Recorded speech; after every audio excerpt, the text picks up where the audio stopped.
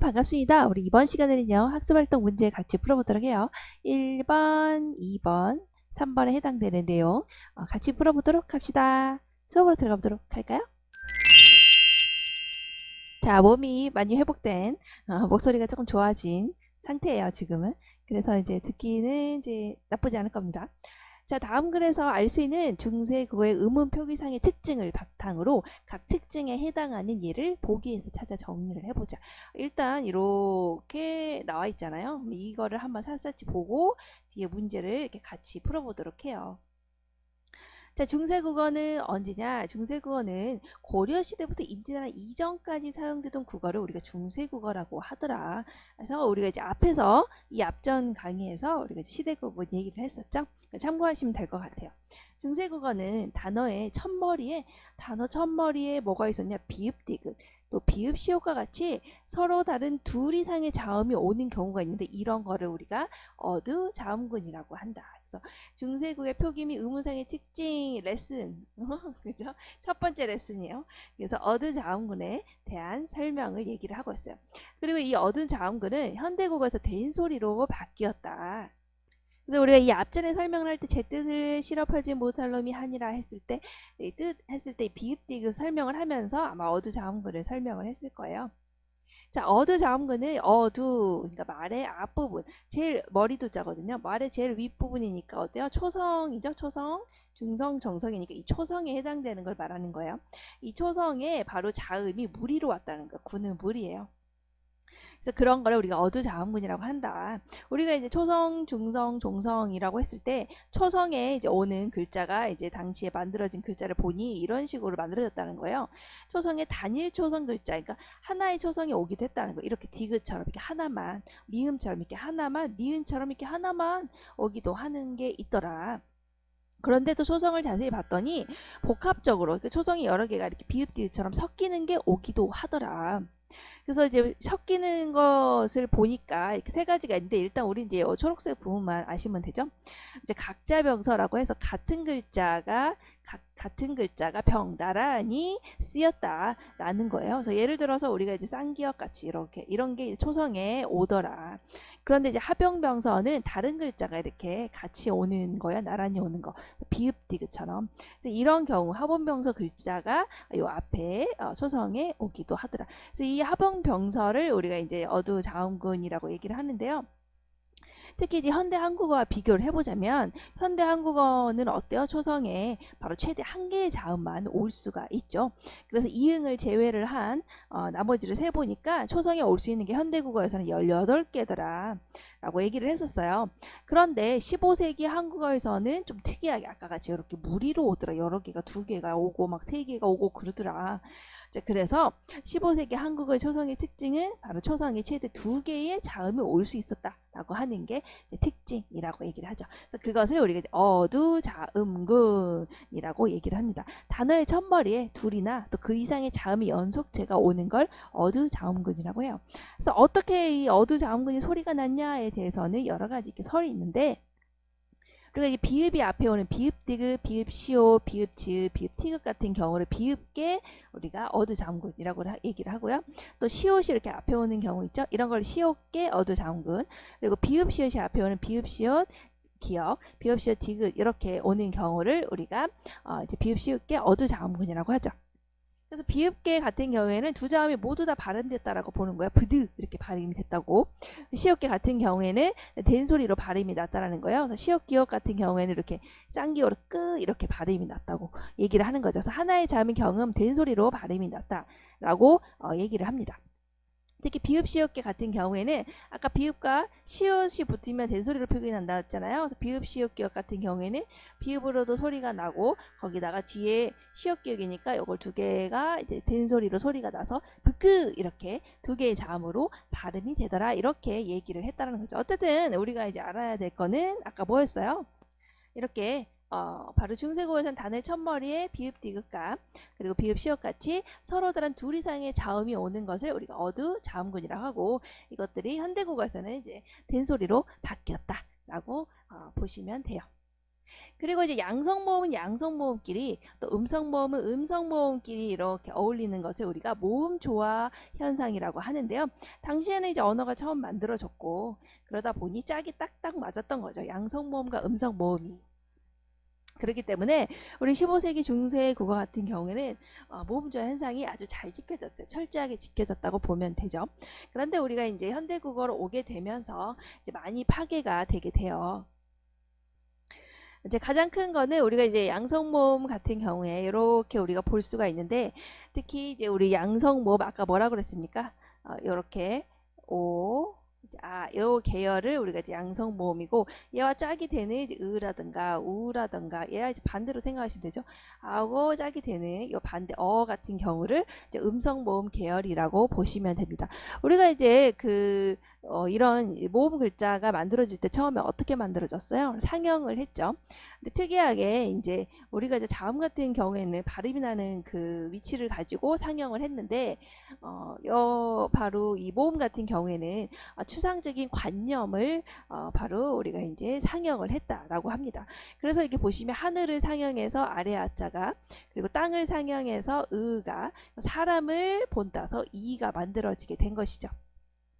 그래서 우리가 이렇게 그려보시고 여기다 아래아를 이렇게 찍어보시면 이건 제가 하는 게 아니고 교수님이 설명해 주신 거를 그대로 이렇게 그래서 하시면 이렇게 아래아가 위로 이렇게 가 있는 경우 이렇게 그리고 이렇게 아래아가 또 이렇게 간 경우 요거를 우리가 이제 양성모음이라 보시면 되고 그리고 이제 아래아가 하늘이었잖아요. 하늘하고 짝이 되는 게 뭐예요? 바로 이제 땅이죠. 땅. 여기 땅 위로 이렇게 갔으면 땅 아래로 그쵸? 왜냐면 밖으로 이쪽으로 갔으면 이쪽으로 이렇게 안으로 들어가는 식으로 이렇게 된 거를 우리가 이제 음성모음 위에를 이제 양성모음 계열이라고 보시면 됩니다. 그래서 이것들을 잘 뜯어 보시면 바로 이제 다 이제 여기에서 이제 왔구나. 그래서 아까 나왔죠? 나왔고 아에다가 이가 붙었죠?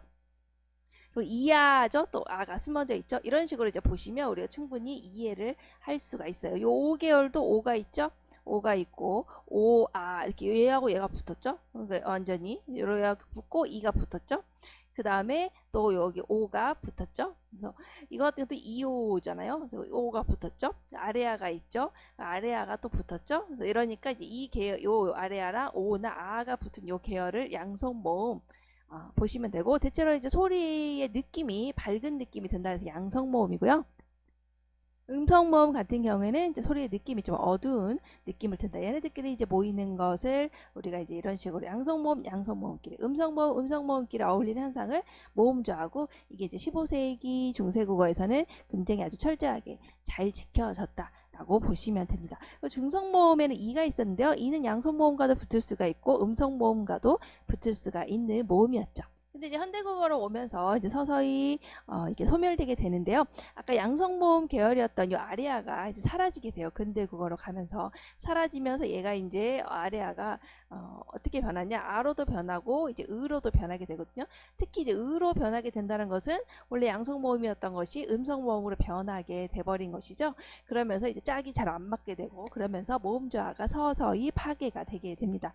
그러다가 이제 현대국어로 오게 되면 오나 아만 양성모음에 해당이 되고 나머지 모음은 전부 음성모음이 되거든요.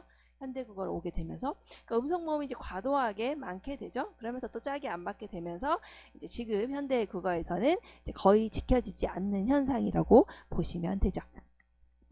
그리고 우리가 정성을 봤을 때 세 번째 레슨 볼까요? 정성에서는 강원도, 노부모, 사랑에서 이응을 우리가 이제 꼭지가 있는 옛이응이라고 생각하시면 됩니다. 이 정성으로 이렇게 강원도, 노부모, 사랑에 8개의 자음이 발음이 되었다. 이것을 우리가 뭐라고 합니까? 팔정성법이라고 얘기를 하죠. 그래서 우리가 앞에서 사마띠 아니할세 할 때 아마 했을 거예요. 그래서 우리가 팔정성법 정성의 표기인데 종성의 8개의 소리만이 발음되었다. 그래서 그 소리 나는 대로 썼잖아요. 그래서 소리 나는 대로 썼기 때문에 이게 8개가 발음이 되었고 이대로 썼기 때문에 우리가 팔정성법이라고 얘기를 하죠.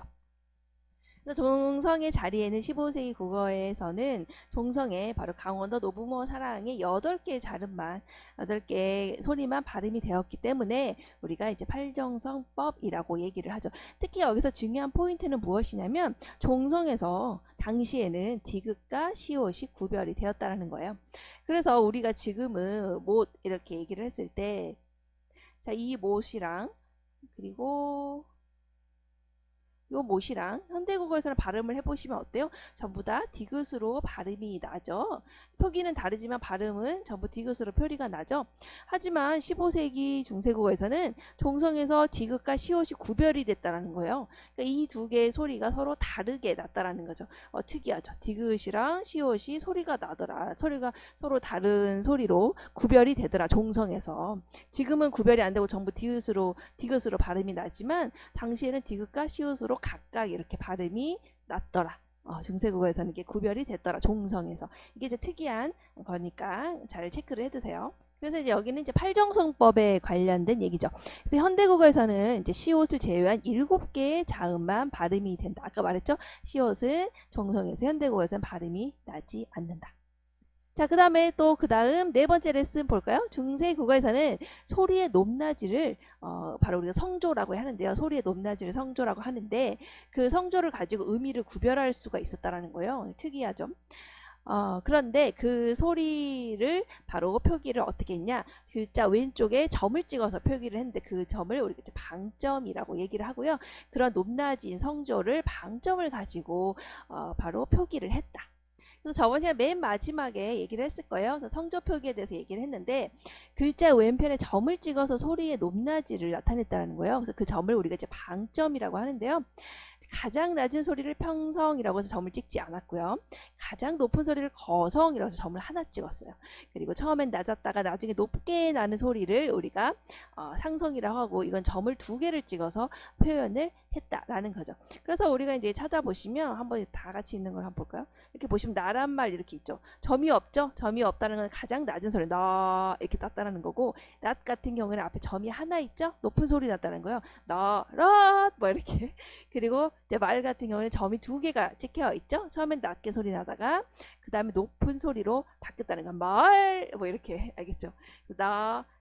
뭘 이렇게 소리가 났다. 그렇구나. 죄송합니다. 그래서 이렇게 우리가 이제 이렇게 소리의 높낮이를 우리가 이제 성조라고 하는데 그것을 이렇게 점 찍어서 이렇게 점이라고 하는 그 방점을 찍어가지고 성조 표기를 했다. 지금은 이런 거 없잖아요. 그렇죠? 없기 때문에 이제 특이한 점이다. 특히나 이제 우리가 아까 말했던 상성 같은 경우에 점 2개 찍는 거, 상성 같은 경우에는 낮은 소리였다가 높은 소리로 이렇게 가는 거였잖아요. 이거는 이제 현대국어로 오면서 이제 긴 소리 있죠. 지금은 이제 장음과 단음, 짧은 소리하고 긴 소리로 이제 구별이 된다라고 하는데 지금 이것도 이제 거의 사라지고 있는 추세이긴 하죠. 어쨌든 이렇게 긴 소리로 나중에 현대국어에 와서는 상성이 이제 긴 소리로 변하게 됩니다. 또 중세국어에서는 옛이응이라든가 이게 이응이 이제 꼭지가 이렇게 달려있는 이응이에요. 옛이응이라든지 또 여린 히읗이라고 해서 히읗보다 소리가 좀 약하게 난다 해서 여린 히읗이라고 하는 거예요. 그리고 순경은 비읍이라고 해가지고 우리가 이제 그 비읍을 조금 약하게 나는 소리를 우리가 순경은 비읍 이렇게 밑에 이응을 붙여서 이렇게 얘기를 하거든요. 반치음이라든가 그리고 우리 아래야라 같은 이제 지금은 쓰지 않는 그런 글자들이 존재를 했더라. 이런 글자가 당시에 있었다라고 하는 게 5번째 레슨.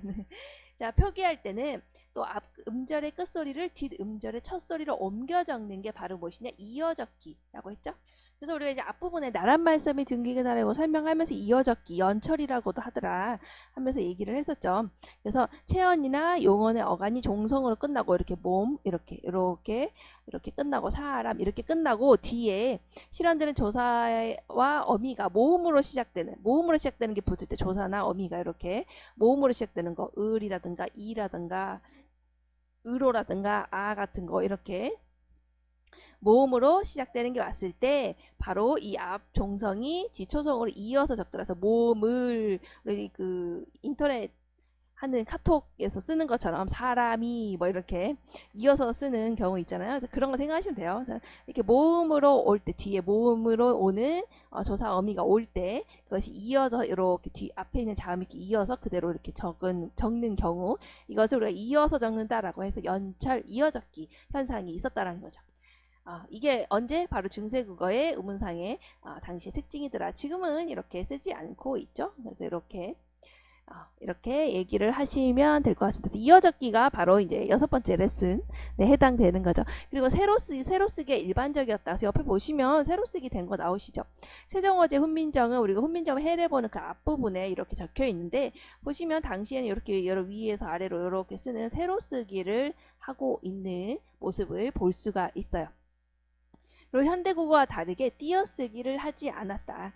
현대국어와 다르게 우리가 앞에서 우리가 쭉 봤지만은 세종어제 훈민정음 이렇게 보시면 여기 띄어쓰기 돼 있으니까 다 붙어 있죠. 우리가 이제 편하게 해석을 하기 위해서 이제 하나씩 띄어서 나란 발삼이 둥기게 달아 이렇게 따라 읽었지만 사실은 이렇게 다 붙어 있죠. 지문들이. 이런 걸 봤을 때 당시에는 띄어쓰기를 하지 않았구나 라고 하는 7번째 레슨 정리를 하시면 되겠네요. 자, 그럼 이어서 문제풀이 같이 한번 보도록 합시다. 여기 보기의 내용을 이렇게 앞에 분석해 놓은 거 있죠? 그대로 이렇게 옮겨 놨습니다. 이렇게 하면은 조금 더 이해하기 쉬울 것 같으세요. 자, 이어적기를 한다. 이어적기 하려면 어떻게 돼요? 앞에 이제 자음으로 끝나고 뒤에 이어지는, 그러니까 앞에 체연이나 용언의 어간이 자음으로 끝나고 뒤에 이어지는 조사나 어미가 바로 모음으로 시작되어야 우리가 그대로 이어서 쓰는 환경이 되는 거죠. 이어적기가 되는 환경 찾아볼까요? 보시면 이렇게 체연으로 끝나고 자음으로 끝났네. 그리고 모음으로 시작되는 조사가 붙었네. 그쵸? 그리고 또 뭐 있습니까? 쉬비 했을 때 자음으로 끝나고 모음으로 시작되는 또 샜네, 붙었네. 그쵸? 또 보시면 여기 쓰음에 했을 때 역시 자음으로 끝나고 여기 모음으로 시작되는 거. 따름이니라 자음으로 끝나고 모음으로 시작된 거 붙었는데, 그래서 환경을 보니까 뜨드, 그쵸? 시비 이렇게 이어적기, 쓰음에 매 이렇게 미음이 가버렸죠. 뒤쪽으로. 따르미니라 해서 요 미음이 뒤쪽으로 이렇게 이어서 쓰게 됐죠. 그래서 이어적기 환경이 되기 때문에 니은 그리고 미음, 비읍, 시옷이 되는 겁니다.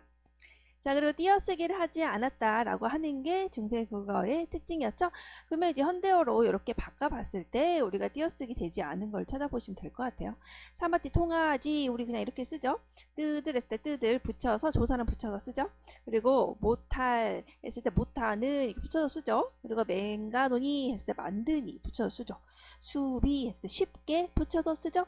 하지만 이 경우를 보세요. 날로 수메라고 했는데 우리가 현대어로 할 때는 뭐라고 합니까? 날마다 쓰메 해서 띄어쓰기를 하죠. 근데 띄어쓰기가 중세는 되지 않았죠. 그러니까 이게 답이 되겠네요. 비읍이. 따름이다 역시 여기 따름이니라 그대로 했는데 뭐 띄어쓰기 되지 않죠. 서술격 조사는 앞에 붙여서 쓰기 때문이에요. 띄어쓰기가 하지 않은 것은 현대어랑 비교했을 때 바로 비읍이 되겠네요. 자, 어두 자음근이 나타났다. 어두의 초성에 초성 어두의 자음에 무리가 나타났더라. 자, 그거 그대로 찾아주시면 되겠죠. 뭐 있습니까? 뜨들 했을 때 여기서 찾아볼까? 비읍, 디귿이 나타났죠? 그리고 못할, 맹간원이, 수비, 날로 수메 했을 때 비읍, 시옷이 나타나죠? 자, 따르미니라 했을 때 시옷, 디귿이 나타나죠? 오호, 이게 바로 어두자음근, 하병병서 나타났으니까 니은, 비읍, 시옷이 되겠네요. 그 다음에 이제 모음조화 현상이 일어나는 걸 찾으라고 했는데, 여기서는 이제 선생님이 보니까 이제 형태소 경계에서 일어나는 모음조화 현상을 이제 답으로 이렇게 한 것 같아요. 그래서 한번 보시면 사마띠 했을 때 사맛 붙었죠. 그리고 여기가 경계가 되잖아요. 통하지에서 통하다에다 지가 붙은 거잖아요. 그러니까 여기 통하다에다 지가 붙은 요 경계를 봤을 때 아래하고 이가 붙었죠. 아래하는 양성이고 이는 중성 모음이 되잖아요. 자, 그러니까 이 경우는 이제 아니다. 여기서는 이렇게 보는 거죠. 그리고 이제 뜨들 했을 때 형태소의 경계가 뜻과 을이잖아요. 그럼 했을 때 하고 을은 음성 모음이죠. 그래서 을 했을 때 하고 음성 모음이 합쳐져서 나왔으니까 이거는 모음조화 현상이 일어났구나. 그래서 니은이 맞는 거 이렇게 되는 거예요. 자, 그리고 못하는 했을 때 못하다에다가 이제 는이 붙는 거잖아요. 근데 여기 보시면 이 경계에는 여기 없죠? 그러니까 여기는 아니고, 자, 만드니 했을 때 맹갈다가 우리가 만들다거든요.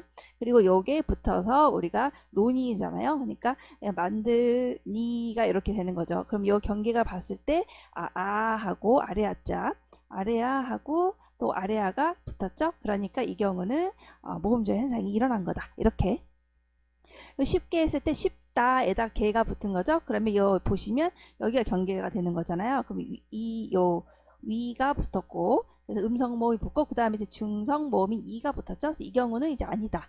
라고 보는 겁니다. 그리고 날로 쓰매 했을 때 날마다 쓰매잖아요. 그러면은 우리가 이제 경계에 봤을 때 날마다 했을 때 아하고 오 역시 아하고 오 양성 모음. 그리고 여기가 씀 되는 거죠. 날마다 씀에 여기가 경계가 되는 거죠. 그러면 씀에 했을 때 보시면 역시 우라고 하는 음성 모음이랑 에라고 하는 음성 모음이 붙었죠. 그래서 우리가 이 경우에는 역시 또 모음조의 현상이 일어났다. 자, 따름이다 했을 때 따름 플러스 이다잖아요. 그러니까 따름 플러스 이다 이렇게 되는 거니까 여기가 경계가 되겠죠. 따름과 이 사이가. 그래서 여기 보시면 아래아가 붙었죠. 양성 모음. 또 뒤에는 중성 모음이 붙었죠. 그래서 이 경우에는 모음조의 현상이 아니다. 이렇게 보는 거죠. 그럼 우리가 모음조의 현상이 일어난 것은 답으로 고르면 뭐가 됩니까? 뜨들 했을 때 아까 요 경계에서 있었던 거 뜨들 좀 작게 해봐야겠다. 이거 너무 크네요. 그죠? 좀 작게 줄여서 여기 으하고 지우고 여기 으하고 이 부분 그래도 크네. 좀 더 작게 이렇게 자, 그 다음에 모음조의 현상이 일어나는 거 니을 부분이죠. 맹간언니 했을 때 만들다에다가 만들다 니가 붙었으니까 만들다 아래아 하고 여기 아래아가 붙은 이 부분 요 경계에서 양성모음 자, 그리고 우리가 날로 쓰매 했을 때 자, 날로 쓰매 이렇게 되는 거잖아요. 그래서 날로 날마다 해서 날로 그리고 여기 하나 뭉치가 되는 거죠. 씀 되죠. 씀에니까 여기다가 음성 그래서 이게 이제 모음조화 현상에 들어간다 라고 보시면 될 것 같아요. 그래서 아닌 걸 보면 양성모음이랑 뒤에 이제 중성모음이 붙은 거 그리고 양성모음이랑 여기는 딱히 없죠. 그리고 여기 같은 경우에는 역시 중성모음이 뒤에 붙었죠. 그래서 또 아니다. 뒤에 여기 또 중성모음이 여기 경계에 붙었죠. 양성이랑 중성이랑. 그래서 이 경우는 이제 여기서는 뺀다. 그래서 딱 그 형태소의 경계에서 양성모음끼리 음성모음끼리 된 것만 여기서는 모음조의 현상으로 답으로 하고 있구나. 이렇게 답을 골라주시면 될 것 같아요. 학교 시험 볼 때. 자, 그리고 방점을 찍어서 소리의 높낮이를 표시한다. 그럼 방점이 찍힌 걸 우리가 찾아주면 되겠죠? 방점이 하나 찍힌 거, 점 하나 찍힌 거, 평성, 제일 낮은 소리였어요. 방점이 방점이 안 찍힌 거, 안 찍힌 거, 우리 제일 낮은 소리, 평성이었어요. 방점이 하나 찍힌 거는 뭐였어요? 제일 높은 소리, 거성이었죠? 그리고 방점이 두 개 찍힌 거 뭐였어요? 낮은 소리로 높은 소리로 올라가는 상성이었죠. 점이 찍힌 거를 골라보면 되는데 보시면 점이 다 찍혀 있어요. 사마띠 여기 찍혀 있죠. 뜨드레스 때 여기도 찍혀 있고 여기도 찍혀 있네. 그죠? 여기 두 개 찍혀 있고 그리고 여기도 찍혀 있고 여기도 찍혀 있고 그죠? 여기도 보시면 두 개 찍혀 있고 여기도 있죠. 여기도 있고 여기도 있고 여기도 있고 여기도 있고 여기도 보시면 여기 있고 점 보시면 점이 다 찍혀 있더라. 그래서 답은 기역 연디 글리 미음 비읍 시옷까지가 답이 되겠다. 그리고 현대국어에서 쓰이지 않은 자음자가 존재한 보시면 현대국어에서 쓰이지 않는 글자들이 존재하였다 요거랑 연결이 되는 거죠. 그래서 현대국어에 쓰이지 않는 글자들 해가지고 옛니응 여기서 이제 옛니응을 아까도 말했듯이 꼭지가 있는 이응을 말하는 거예요. 그리고 여린 히읗 그리고 히읗 소리를 약하게 낸 거, 순경은 비읍 소리가 약하게 된 거, 그리고 반치음 반치음 같은 경우에는 우리가 시옷 소리를 우리가 이제 영어 공부할 때 피읍 소리하고 F 발음 이렇게 소리가 날 때 다르잖아. 뿌 이렇게 났잖아요. 이 시옷 소리를 이렇게 F 발음처럼 뜨 이렇게 낸 거를 이렇게 반치음 소리라고 생각하시면 돼요. 그리고 아래아가 있죠. 자, 그 다음에 이어서 2번을 보도록 할까요? 다음 글을 참고하여 빈칸에 알맞은 조사나 어미를 쓰고 중세 국어와 현대 국어의 문법상 차이점을 정리해보자. 여기서는 이제 중세 국어하고 현대 국어의 차이점을 보는데 이제 조사 어미를 위주로 보겠다라는 얘기죠. 자, 그럼 보도록 할까요? 중세 국어에는 현대 국어와 쓰임이나 형태가 다른 조사가 있었다. 현대 국어의 주격조사. 그러니까 현대 국어는 주격조사에 우리가 이가가 있잖아요. 그렇죠? 앞이 이제 자음이냐 모음이냐에 따라서 이가 쓰이고 이제 가가 쓰이는 식으로 그 두 개가 있는데, 근데 중세국어에서는 우리 주격조사 앞에서 배웠듯이 보시면 이가 있고, 그리고 이제 반모음 이가 있고, 그 다음에 아예 안 붙는 경우가 있더라. 이제 이거를 이제 얘기를 하고 있죠. 그러니까 중세국어의 문법상 특징 주격조사로 이렇게 쓰이더라라고 하는 거예요.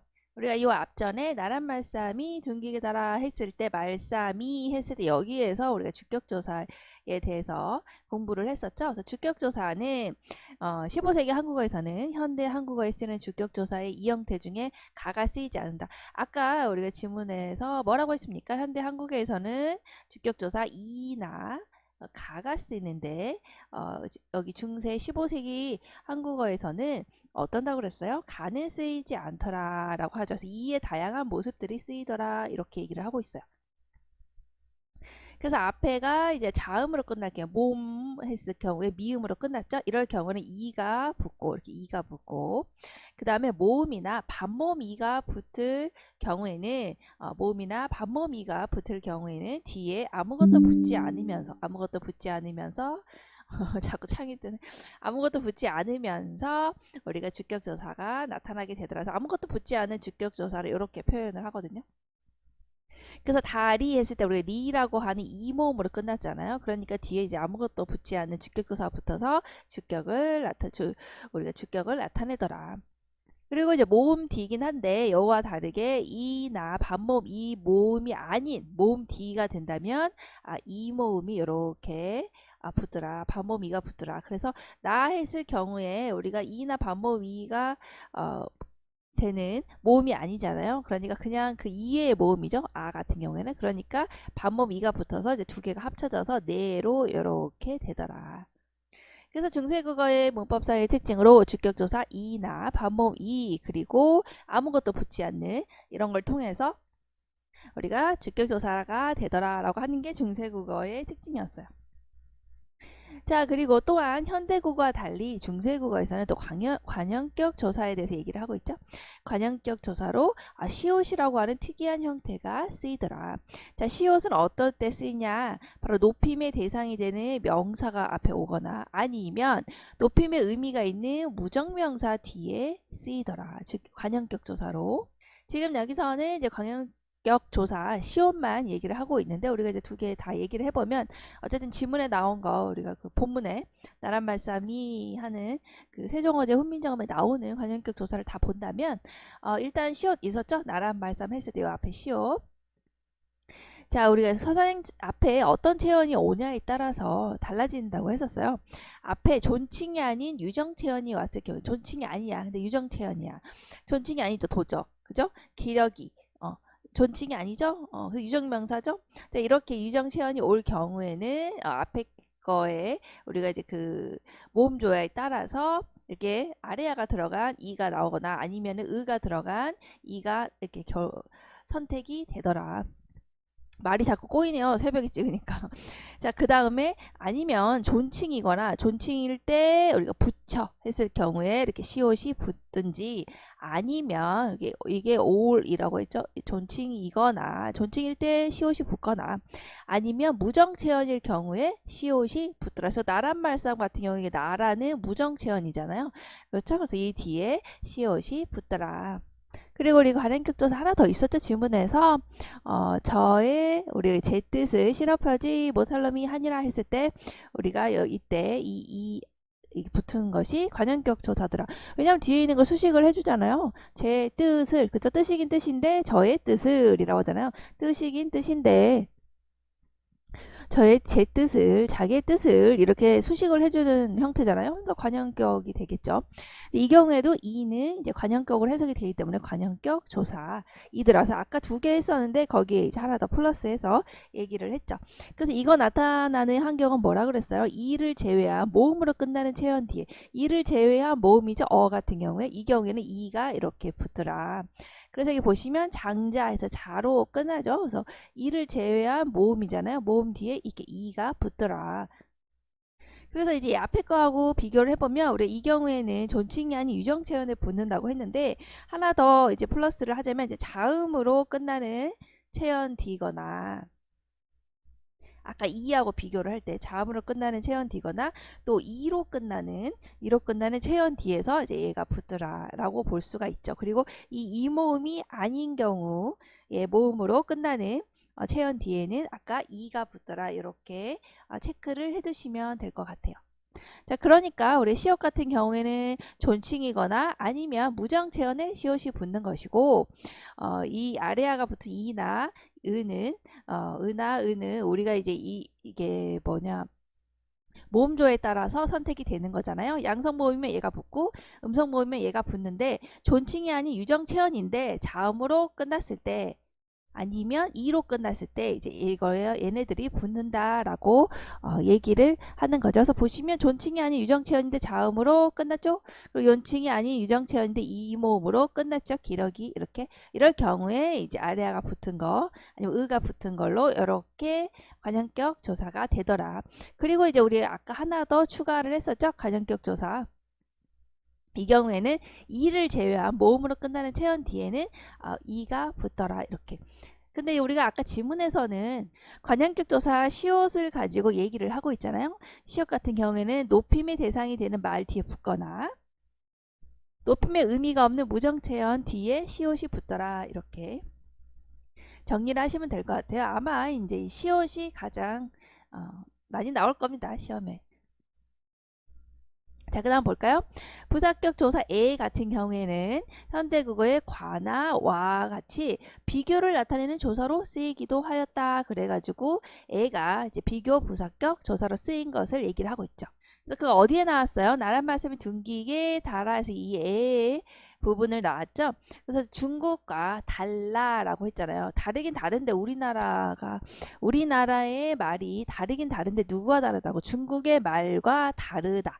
뭐뭐와 다르다. 비교를 해보니 다르다. 그러니까 우리가 부사격이긴 한데 왜냐면 달라를 꾸며주고 있잖아요. 다르긴 다른데 중국과 다른 거잖아요. 그래서 부사격인데 아하 우리나라의 말과 중국의 말을 비교했더니 다르다니까 의미상 우리가 비교 부사격 조사구나.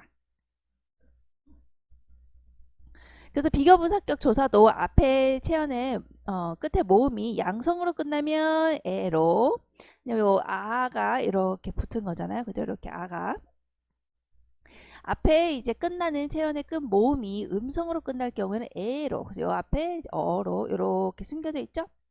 아니면 이나 그리고 반모음 이로 끝났을 경우에는 얘가 붙더라. 그래서 여기서는 둥기 했잖아요. 중국과 달라라고 했으니까 아하 이 경우에는 음성 모음이 붙어서 에가 붙는구나. 그리고 우리나라 말과 중국의 말을 비교했기 때문에 아하 비교 부사격 조사구나 이렇게. 그리고 이제 명사형 어미의 쓰임에 대해서도 얘기를 하고 있죠. 그래서 현대국어에서는 명사형 어미, 그러니까 명사형 어미라는 것은 잠깐 명사의 형태를 취하고 있는 거예요. 사실은 동사나 형용사인데 잠깐 명사인 척하고 있는 거예요. 그래서 원래는 동사나 형용사라는 거죠. 그래서 우리가 보시면 어때요? 부사의 소식을 받는다든지 그런 동사와 형용사의 특징을 가지고 있어요. 하지만 형태는 일시적으로 명사의 형태를 지니고 있는 거. 이걸 이제 명사의 어미가 붙어서 만들어진 형태거든요. 그래서 그렇게 일시적으로 동사나 형용사를 명사인 척 바꿔주려면 바로 명사형 어미가 붙는데 그 어미가 현대어에서는 음과 기가 붙는다는 거예요. 그래서 우리가 이제 먹다를 봤을 때 먹음 이렇게 사실은 먹다인데요. 그죠? 뭐뭇을 먹다라고 하는 동사인데 음이 붙어서 일시적으로 우리가 이렇게 명사인 척 해준다는 거죠. 그래서 일시적으로 명사인 척 했으니까 명사는 아니고 사실은 동사라는 거죠. 그걸 어떻게 아냐? 이제 앞에 이제 부사의 수식을 받는다는 거야. 많이 먹음 뭐 이런 식으로 많이의 수식을 받는구나. 많이라고 하는 부사의 수식을 받는구나. 그럼 얘는 원래는 동사이구나. 근데 일시적으로 음이라는 형태가 붙어서 명사인 척 해주는 거구나. 이런 식으로. 그리고 또 먹다에다가 또 기가 붙어서 먹기 이렇게. 현대에서는 바로 이제 음이나 이제 기가 쓰여서 이렇게 동사랑 형용사를 일시적으로 명사인 형태로 바꿔주는 명사형 어미가 바로 이제 음이나 기구나 라는 거였다면, 우리가 날로 수매라는 것을 봤을 때 중세국어 같은 경우에는 일시적으로 명사인 형태로 바꿔주는 것을 바로 명사형 어미라고 하는데, 중세국어에서는 바로 옴과 음이 쓰였다. 옴이 쓰이는가 음이 쓰이는가는 이제 앞에 붙은 게 바로 이제 양성모음인지 음성모음인지에 따라서 결정이 됐겠죠. 그래서 우리가 앞에서 공부한 거 보시면 마침내 여기 부분에서는 바로 명사, 파생, 전미사가 붙어서 이제 완전히 명사로 바꿔준 경우예요. 이 경우에는 완전히 명사로 바꿔주는 명사, 파생, 전미사가 붙은 건데, 이거는 중세국어의 형태가 아래아가 붙은 음이랑 아닌 경우에 의가 붙은 음이 있고, 그리고 이제 명사형 어미라고 해가지고 아까 말했듯이 원래는 동사나 형용사인데 일시적으로 명사인 척 해주는 명사형 어미로 바꾸는 거. 그러니까 여기서 명사, 파생, 전미사가 붙게 되면 완전히 명사로 바뀌는 거예요. 그래서 완전히 이 경우에는 명사로 바뀐 것이죠. 근데 우리가 날로 스매 같은 경우에는 우음이 붙었잖아요. 자, 일시적으로 명사인 척 한다는 거예요. 그래서 날마다 스매라고 얘기를 했잖아요. 그래서 쓰긴 쓰는데 어떻게 날마다 라고 하는 수식을 받았죠. 부사의 수식을 받았죠. 그러니까 얘는 사실은 용언인데 동사나 형용사인데 일시적으로 명사인 척 해주는 명사형 어미가 붙은 거구나. 이제 형태가 이제 앞에 것이 음성이냐 양성이냐에 따라서 옴이 붙거나 음이 붙는 거구나 라는 것을 우리가 알 수가 있죠. 아까 진짜 명사로 바꾸는 것은 아래아가 붙은 음이나 이제 음이 붙는 것이었고, 이 경우엔 진짜 명사로 바뀌었기 때문에, 진짜로 이렇게 체연으로 바뀌었기 때문에 뒤에 이제 조사가 붙는다라는 특징을 가지고 있어요. 그리고 또 앞에 이제 관형사의 수식을 받겠죠. 진짜 명사로 바뀌었기 때문에. 근데 이 경우에는 원래는 동사 형용사인데 일시적으로 명사인 척하는 거기 때문에 앞에 동사 형용사이기 때문에 앞에 이제 부사의 수식을 받는 그런 차이점이 있게 되는 것이죠. 그래서 이 날로의 수식, 날마다 이렇게 수식을 받는 것을 봤을 때, 이 부사의 수식을 받는 걸 봤을 때 얘는 사실은 동사나 형용사 같은 용언이구나 라는 것을 알 수가 있죠. 그래서 거기에 이제 음이나 옴이 붙어서 명사형 어미가 붙는 거구나. 그래서 일시적으로 명사인 척 했구나 라는 것을 알 수 있죠. 사실은 이제 동사나 형용사인 용언인데 라는 것을 우리가 알 수가 있어요. 자, 그러면 이렇게 네 가지 특징을 가지고 한번 보시면, 나란 말싸미 했을 때, 자, 중세국어에서는 관형격 조사로 시옷이 쓰였다. 이 경우에는 나라에다 시옷이 쓰였죠? 왜? 보시면 앞에 있는 것이 무정 체연이기 때문이죠. 그럼 관형격인지 어떻게 알아요? 뒤에 있는 체연을 수식하고 있죠. 나라 말씀이긴 말씀인데 나라의 말씀이구나 이렇게 수식을 하고 있기 때문에 관형격 조사구나. 현대국어에서는 관형격 조사가 중세국어처럼 복잡하지 않고 하나예요. 이 하나. 그래서 이렇게 현대국어로 이렇게 표시를 한 거예요. 여기서는 이제 시옷이 관형격 조사가 되겠죠. 자, 중세국어에서는 부사격 조사, 여기 나와있죠? 둔기계, 다르긴 다른데 우리나라의 말과 중국의 말을 비교했더니 서로 다르더라. 비교했더니 그쵸? 그리고 다르다라는 걸 수식하기 때문에 부사격인데, 그러면 비교, 부사격 조사구나. 그래서 중세국어에서는 부사격 조사, 에가 현대국어에서는 뭐뭐와 다르다, 뭐뭐과 다르다 이렇게 표현을 하죠. 그래서 와나 과 같은 비교를 나타내는 조사로 쓰였다. 그래서 비교 부사격 조사로 현대국어에서는 와나 과인데 중세국어에서는 에가 쓰였구나 이렇게. 그리고 중세국어에서 아까 주격조사 얘기를 했었죠? 앞에 체언이 끝나는 체언이 자음으로 끝날 경우는 이로, 그리고 이모음이나 반모음 이로 끝날 경우에는 아무것도 붙지 않는 형태, 그리고 이나 반모음 이에 모음이 올 경우에는 반모음 이가 붙더라 라고 주격조사를 얘기를 했어요. 보시면 이루고자 하는 바가 있어도, 자, 현대국어로 풀이라면 이렇게 되죠. 있긴 있는데 뭐가 있어? 이루고자 하는 바가 있어 라고 하니까 주격이구나 라는 거를 우리가 해석을 통해서 알 수가 있죠. 그리고 현대국어에서는 이게 이제 가가 쓰였잖아요. 왜냐면 앞에 것이 이제 모음으로 끝났기 때문에 앞에 끝나는 체언이 자음으로 끝날 경우에는 이가 선택이 되겠죠. 자, 그래서 여기선 가가 붙었는데 이 경우에는 그렇구나. 이 경우에는 보니까 이 모음이나 반모음 이에 모음이 붙었기 때문에 우리가 여기에서는 바로 이가 붙구나 라고 해서 이렇게 바에다가 이가 붙어서 반모음 이가 붙어서 얘가 합쳐져서 배가 됐구나. 그래서 주격조사로 이가 쓰였구나 이렇게 볼 수가 있죠. 자, 그리고 중세국어에서는 명사형 어미, 사실은 아직은 동사나 형용사인데 일시적으로 명사로 바꿔주는 걸 명사형 어미라고 했죠. 자, 여기 쓰다에다가 현대국어를 해석을 해보니 날마다 쓰메라고 해서 현대국어에서는 쓰다에다가 어디요? 쓰다에다가 그대로 이제 미음이 이렇게 붙었죠. 그래서 여기 보시면 이 은은 있을 수도 있고 없을 수도 있다 했기 때문에 이렇게 괄호를 표시를 하는 거예요. 이 경우에는 이제 모음으로 끝났기 때문에 미음만 붙어도 충분해서 미음만 붙는 것이고, 앞에 끝나는 것이 자음으로 끝나면 음이 붙어야겠죠. 이렇게 먹음처럼. 그래서 이럴 경우에는 이렇게 괄호를 쳐서 이렇게 표시를 하는 겁니다. 있을 수도 있고 없을 수도 있고. 그래서 여기서는 음이 붙어서 쓰다, 아하. 그래서 얘가 원래는 뭐뭐를 쓰다라고 하는 동사인데 일시적으로 음이 붙어서 명사인 척 하는 거구나 라는 걸 알 수 있죠. 왜? 부사어의 수식을 받고 있기 때문에 우리가 알 수가 있는 거예요. 그래서 이제 우리가 보통 구분을 할 때 명사형 어미는 사실 용언이기 때문에 앞에 부사어의 수식을 받고요. 그리고 명사 파생 전미사가 붙어서 완전히 명사가 될 경우에는 앞에 이제 관형사의 수식을 받는 그런 차이점이 있어요. 그런 걸 가지고 이제 구별을 할 수가 있죠. 얘가 사실은 명사형 어미가 붙은 것인지 아니면 명사 파생 전미사가 붙은 것인지를 구분을 할 수가 있죠. 하지만 중세국어에서는 완전히 그 형태가 다르다라고 했죠. 명사 파생 전미사가 붙은 경우에는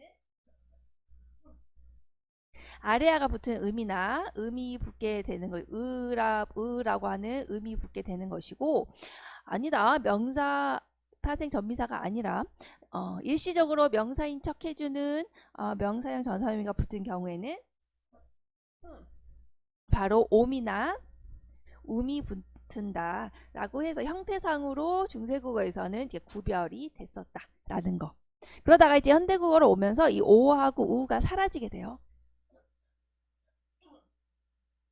우리 뭐 앞에서 화자 표시법 뭐 이런 거 배웠었죠? 그런 거에서 인칭 표시 뭐 이런 거 배웠죠. 대상 표시 이런 거. 이제 그 오우가 이제 근대 국어로 가면서 그 기능이 상실되고 이제 사라지게 돼요. 그러면서 여기도 이제 사라지게 되죠. 그러면서 이제 형태가 이제 통일이 되게 된 거죠. 현대 국어로 오게 되면서. 어쨌든 여기서는 날로 쓰매 역시 날마다라고 하는 부사의 수식을 받았죠. 근데 쓰다 뒤에 음이 붙었죠. 여기서는 음이 붙어서 명사형 어미로 일시적으로 명사인 척하는 명사형 어미가 붙었구나. 그래서 앞에 이제 양성 모음이 오냐 음성 모음이 오는가에 따라서 옴과 음이 이렇게 쓰이게 됐다. 이렇게 보시면 됩니다. 아니 새벽에 찍으니까 계속 말이 꼬이고 막 좀 그러네요. 자, 그러면 다음 문제로 넘어가 보도록 합시다. 자, 그 다음 3번을 이어서 봅시다. 다음 그림을 참고하여 중세국어에 쓰인 단어의 의미, 이 부분은 이제 단어의 의미에 관련된 부분이네요. 중세국어에 쓰인 단어의 의미가 현대국어에서 어떻게 바뀌었는지 알아보자면 중세국어의 의미가 이제 현대국어와 어떻게 달라졌는지를 바라보는 그런 문제가 되겠네요. 자, 중세국어에 여기 세종대왕님 같죠? 중세국어에 쓰인 단어 중에는 형태나 의미가 현대국어와 다른 것이 있단다. 자, 여기 하면서 예시가 나왔죠. 서르 같은 경우에는 서로를 뜻하는데 이 설은 여기 나왔죠. 여기 문자로 서르 사마띠 아니아스 할 때 여기 나왔어요. 보시면 이제 서르는 서로를 뜻하는데, 그러니까 뜻은 서로 같네. 뜻은 같은데 중세는 서르라고 했고 현대국어는 서로라고 했죠. 그러니까 뜻은 같은데 형태만 달라진, 현대국어와 형태만 다른 경우라고 보시면 됩니다. 그러니까 의미는 똑같은데 형태가 달라졌구나. 근데 이제 또 하나의 포인트를 짚자면 서르 같은 경우는 중세국어 같은 경우는 모음조화가 좀 지켜졌어요? 안 지켜졌어요? 모음조화가 지켜졌죠. 모음조화가 지켜진 음성모음, 음성모음. 하지만 이제 현대국어로 오게 되면서 모음조화가 어떻게 됐어요? 어하고 오가 합쳐졌죠. 그래서 음성과 양성이 합쳐졌기 때문에 모음조화가 깨졌구나 라는 것을 알 수가 있죠. 모음조화를 지키지 않은 거. 그리고 중세국어에 쓰인 서르는 모음조화를 지킨 거라는 거. 참고로 이제 현대국어 같은 경우에는 오하고 아만 양성 모음이고요. 나머지는 다 음성 모음이라고 보시면 됩니다. 그래서 남매가 서로 아끼는 모습이 보기 좋구나 했을 때, 이 서르는 지금은 서로로 변했기 때문에 형태만 다르고 의미는 같구나. 그렇게 보시면 될 것 같아요. 그러니까 이제 현대 사람이죠. 여기 현대 사람이 서로 아끼는 모습이 보러 좋구나 이렇게 말을 해도 얘네들 옛날 중세 애들을 알아듣는다는 얘기야. 왜? 고마워 이랬잖아. 왜냐면 의미가 같으니까. 형태가 달라도 알아듣는다. 이제 그 얘기죠. 근데 밑에 그림을 보시면 어린 동생과 어디 가는 길이니? 라고 물어봤죠. 그래서 현대 애가 어린 동생과 어디 가니? 했을 때 우리가 이제 어리다 라고 했을 경우에는 이제 현대국어에서는 이제 나이가 어리다 라는 뜻으로 이제 이렇게 말을 한 거죠. 근데 얘는 뭐라고? 못 알아듣고 있죠. 그러니까 의미가 서로 달라졌구나. 그래서 어린 같은 경우에는 현대국어에서 의미가 달라진 단어예요. 그래서 의미가 달라졌죠. 현대국어에서는 나이가 어리다라는 의미로 쓰였지만 중세국어에서는 어린 동생과 했을 때 이 어린이 바로 어리석은이라는 뜻이구나. 그래서 어리석은 동생 어디 가는 길이니까 뭐라가 이렇게. 그래서 서로 의미가 통하지 않는다. 그러니까 형태는 같은데 의미가 서로 다른 거라고 보시면 되겠죠. 이 위에하고 다른 거죠. 그래서 의미는 다른데 이제 형태가 같은 케이스가 이제 어린이 되는 것이다. 이렇게. 그러면서 우리가 이제 앞에 세정어제 훈민정음에 나왔던 단어들을 가지고 이제 이렇게 의미 변화를 얘기를 하고 있어요. 보시면 마참내라고 했을 때 이거는 이제 마침내라고 하는 뜻이죠. 현대국어에서의 단어는 마침내라고 해서 이렇게 변했어요. 아래아가 이렇게 변했죠. 의미는 드디어 마지막에는 이라는 뜻이잖아요. 의미는 똑같고 이 형태만 이렇게 바뀌었죠. 그래서 형태가 바뀐 것이다 라고 정리를 하시면 될 것 같아요. 그리고 놈이 있었는데 펴지 못할 놈이 하니라 뭐 여기 나왔죠.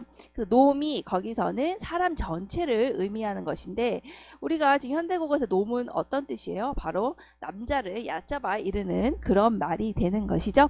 그러니까 사람 전체를 뜻하는 것이 놈이었다가 지금은 이제 비속어 남자를 이제 얕게 이르는 말로 줄어들었죠. 그래서 이런 경우는 의미가 줄어들었다라고 해서 의미 축소라고 보시면 됩니다. 자, 그 다음에 어여삐라고 했을 때 이때 어여삐는 바로 이 당시에는 불쌍하다라는 뜻으로 쓰였지만 지금은 어때요? 현대국어의 어여삐 같은 경우는 예쁘다의 뜻이죠. 의미가 변했죠. 그래서 이 경우는 의미가 이동했다라고 이렇게 얘기를 하죠. 그래서 위에는 형태가 바뀌었고 밑에는 의미가 축소, 그리고 어여삐 같은 경우에는 의미가 이동한 거다. 이렇게 정리를 하시면 될 것 같습니다. 그래서 이제 현대 국어와 중세 국어의 차이점에 대해서 우리가 하나씩 찾아보시면 되겠죠. 이것도 역시 보시면 서르 하나, 어린 둘, 그리고 셋, 넷, 다섯 개잖아요. 오지선다로 해갖고 문제 내기 딱 좋네요. 그죠? 이렇게 잘 정리를 해두시면 될 것 같아요.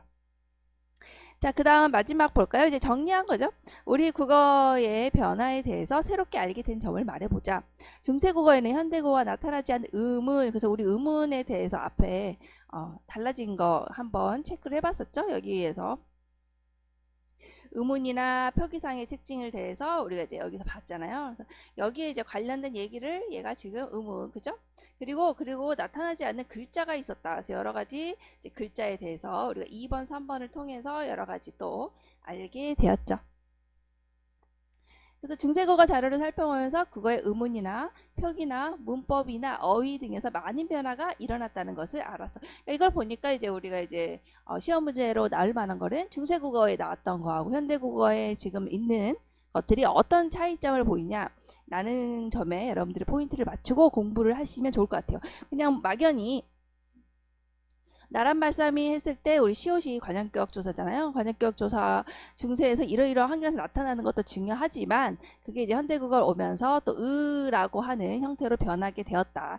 으라고 하는 형태 하나뿐인데 현대국어에서는 중세국어에서는 무정체언이나 그리고 높임의 체언이 왔을 경우에 붙는다라고 하는 그런 차이점까지 세세하게 비교를 하면서 공부를 하시면 좋을 것 같아요. 여기까지 하면 이제 우리가 그 학습 활동에 관련된 문제는 다 푼 것 같아요. 자, 그 다음에 마지막에 이제 핵심 정의 같이 보도록 할까요? 이제 중세국어 부분만 보도록 합시다. 매체는 여러분들이 충분히 할 수 있기 때문에. 네, 중세국어의 특징에서 의문의 표기 부분을 볼까요? 단어의 첫머리에 비읍 디귿이라든가 비읍 시옷이라든가 이렇게 서로 다른 자음이 무리로 오는 경우가 있더라. 우리가 이걸 뭐라 그랬어요? 어두 초성에 바로 자음에 무리가 왔다라고 해서 어두 자음근이라고 해서 하분병서 얘기를 했었죠. 자, 그리고 중세에는 종성에서는 이렇게 8개의 자음만 발음이 되더라. 8개 자음 뭐였어요? 이제 꼭지 있는 이응이고 여기 부분은 꼭지가 있는 이응. 강원도 노부모 사랑 이렇게 암기하시면 된다고 했죠.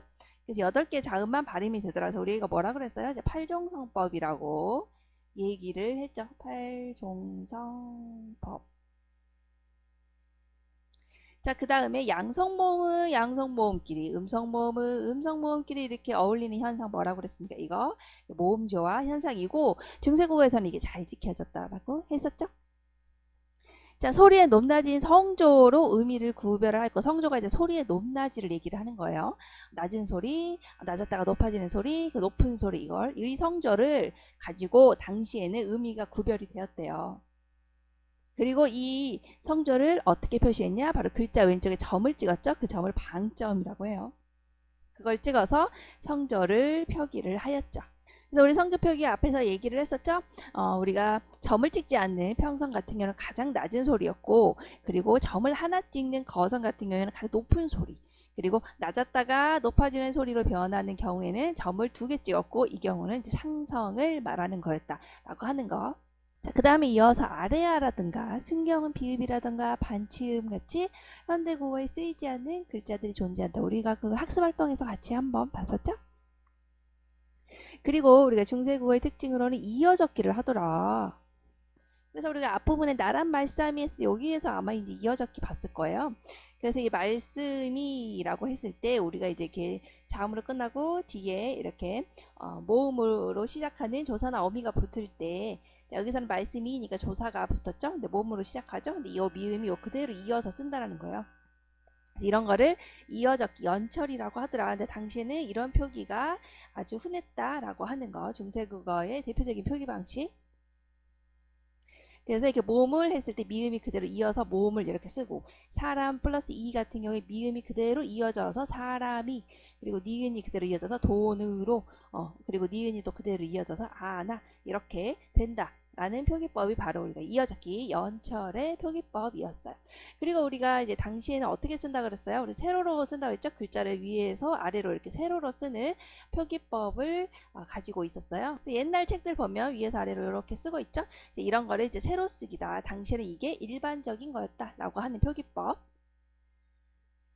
그리고 이제 당시 문법의 특징에서 주격조사가 나왔었죠. 우리 주격조사 하면서 이라든가 그리고 이라든가 그러니까 여기 이응이 있는 이라든가 그냥 이라든가 그리고 이제 아예 안 쓰이는 경우가 있더라. 이 주격조사의 환경에 대해서도 말씀이 하면서 얘기를 했었죠. 당시 주격조사 이렇게 3가지가 있는데 자음 뒤에서는 이가 쓰이고 그래서 자음 모음 이렇게 모음 자음으로 끝났죠. 그러니까 이가 쓰이고 그리고 이제 모음 뒤이긴 한데 이 모음이나 반모음 이로 끝나는 모음 뒤에서는 요 이 이렇게 이로 끝났죠. 이 모음으로 끝나는 경우에는 아예 안 붙어서 이렇게 안 붙는다는 거죠. 안 붙어서 주격조사 임을 나타내더라. 주격임을 나타내더라. 그러니까 주격조사가 이렇게 안 붙어 형태가 보이지 않는 형태로 붙어가지고 얘가 주격으로 되더라. 그리고 모음 뒤긴 한데 이 모음과 반모음 이 모음 이에 모음이 있을 경우에는 나 같은 경우에는 그런 경우잖아요. 야가. 그래서 이 경우에는 그냥 이가 붙어서 이 두 개가 이렇게 반모음 이가 붙는 거죠. 그래서 이게 두 개가 딱 합쳐서 네로 이렇게 되더라. 라고 하는 이런 주격조사의 환경을 같이 보시면 될 것 같아요. 현대국어에서는 어때요? 주격조사 이나 가가 있었죠? 앞에 이제 끝나는 자음이 자음으로 끝나냐, 앞에 끝나는 것이 모음으로 끝나냐에 따라서 이 가로 바뀌어지게 되더라. 그래서 중세국어에서는 이렇게 세 개가 있다가 나중에 이제 근대국어로 가게 되면서 가가 나타나게 되고 지금은 이제 이 가의 형태가 있는 것이죠. 그리고 이제 광역격 조사 시옷의 환경에 대해서도 공부를 했었죠. 제일 처음에 나오잖아요. 우리나라의 할 때 나란 말씀 할 때 관형격 조사 시옷 같은 경우에는 앞에가 이제 높임이거나 아니면 그리고 무정체언이 오거나 아예 무정체언이 올 경우에는 시옷이 오더라서 높임이 왔을 때 부처라고 하는 높임이 왔을 때 시옷이 붙고 그리고 무정체언이라고 해서 이것은 나라가 붙었죠. 나라는 무정체언이잖아요. 그죠? 감정이 없는 체언이죠. 나라가 왔을 경우에 무정체언이기 때문에 시옷이 붙더라. 현대국어에서는 관형격 조사 의만 있더라. 그래서 여기서도 그 말이에요. 무정명사에 역시 시옷이 붙고 나라, 그죠? 부처 같이 높임의 대상 뒤에 역시 시옷이 붙어서 관형격을 나타내더라. 그리고 비교부사격 조사에가 있었죠. 우리가 이제 중세국어에. 우리가 이 앞에서 이제 중기계 달아 했을 때 요때 에가 되는 거죠. 다르긴 다른데 우리나라의 말이 중국의 말과 다르다라고 하는 의미잖아요. 그렇게 되면 뭐뭐과 다르다를 수식하고 있네. 중국가가 그러니까 얘는 부사격이네. 근데 뭐뭐와 다르다라고 하는 비교의 의미를 나타내고 있네. 그러니까 비교 부사격 조사구나. 근데 특이하게 현대국어에서는 뭐뭐과 다르다 이렇게 표현을 하는데 중세국어에서는 뭐뭐에 다르다라고 표현을 하는구나. 그래서 애가 비교 부사격 조사구나. 그래서 중세 비교 부사격 조사에는 현대국어에서는 비교 부사격 조사가 과나 와로 나타나더라 라고 하는 거. 그리고 명사형 어미 우리가 명사 파생 전미사 두 가지를 했었죠. 그래서 여기서 이제 명사형 어미가 나오는데 우리가 마침내 제 뜻을 실업하지 못할 놈이 하니라 하면서 우리가 이제 얘기를 했었죠. 여기에서 우리가 어때요? 명사 파생 전미사 그리고 명사형 전성 어미에 대해서 얘기를 했었어요. 그래서 여기서 이제 마침내 했을 때 이 음은 명사 파생 전미사였더라. 그래서 이렇게 아래아가 붙은 음이나 음이 붙은 경우는 명사 파생 전미사. 이 경우는 진짜로 이제 명사로 변화가 된 거죠. 그래서 앞에 이제 관형어의 수식을 받거나 하는 특징을 가지고 있죠. 하지만 명사형 전성 어미로서의 같은 경우에는 뭐라 그랬어요? 앞에 이제 부사어의 수식을 받는다. 그래서 이 경우는 원래 동사 형용사인데 일시적으로 명사인 척 하는 거. 우리 아까 앞에서 마참내 했을 경우에는 거기서는 이제 명사 파생 전미사가 붙었고 우리가 이제 명사형 전성 어미가 붙은 거 어디에 있었어요? 거기 세종어제 훈민정음에서 날로 쏨에 여기에 있었죠. 쓰다에다가 이라고 하는 어때요? 명사형 전성 어미가 붙었죠.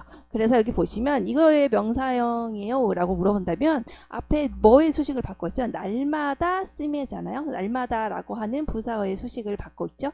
그러니까 이거는 명사 파생 전미사가 붙어서 명사가 된 게 아니고 바로 일시적으로 명사인 척 해주는 명사형 전성 어미가 붙은 거구나.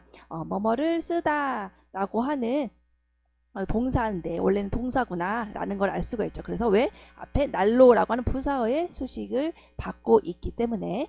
그리고 이제 현대어로 오면서 우리가 뭐라 그랬어요?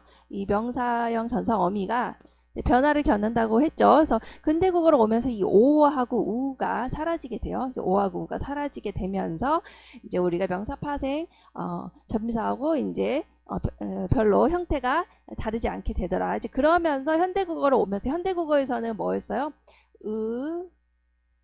음이라던가 기의 형태로 변하게 되었다까지 우리가 이제 학습활동에서 정리를 했어요.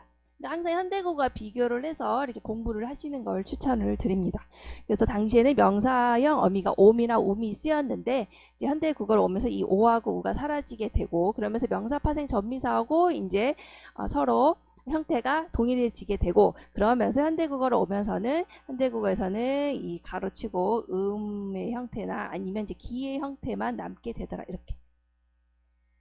그리고 이제 어휘 같은 경우는 현대국어로 오면서 의미가 달라진 단어들 해가지고 우리가 마지막 학습활동 3번에서 했을 거예요. 서류가 뭐 서로로 변한다든가, 어여삐의 의미가 변했다든가, 놈의 의미가 변했다든가 하는 거 있었죠.